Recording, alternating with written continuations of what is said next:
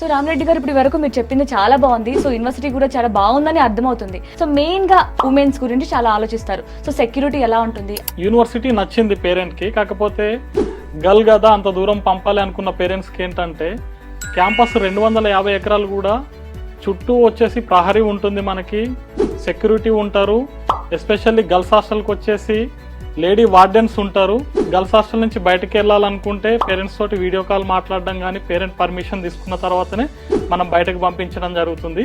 ఈ 4 years కూడా ఏ విషయంలో కూడా అంటే హెల్త్కి సంబంధించి, స్టడీకి సంబంధించి, వాళ్ళ సేఫ్టీకి సంబంధించి కూడా మనమే బాధ్యత తీసుకుంటాం. ఇన్ని సేఫ్టీ ప్రిజర్వ్మెంట్స్ మనం తీసుకుంటున్నాం కాబట్టి మన తెలుగు స్టేట్స్ నుంచి లాస్ట్ ఇయర్ సుమారు 500 నుంచి 600 మంది అమ్మాయిలు మన దగ్గర చదువుతున్నారు.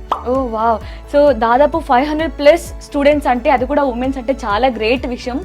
సో మీరు కూడా మీ పిల్లల్ని, అది కూడా ఆడపిల్లల్ని ఇంత దూరం ఎలా పంపించాలి అనే భయంతో ఉంటే ఒక్కసారి సందీప్ యూనివర్సిటీని విజిట్ అవ్వండి. ఎవ్రీథింగ్ చూసిన తర్వాతే డెసిషన్ తీసుకోండి. సో దీని గురించి మోర్ డీటెయిల్స్ కావాలంటే స్క్రీన్ మీద కనిపిస్తున్న నెంబర్కి కాంటాక్ట్ అవ్వండి.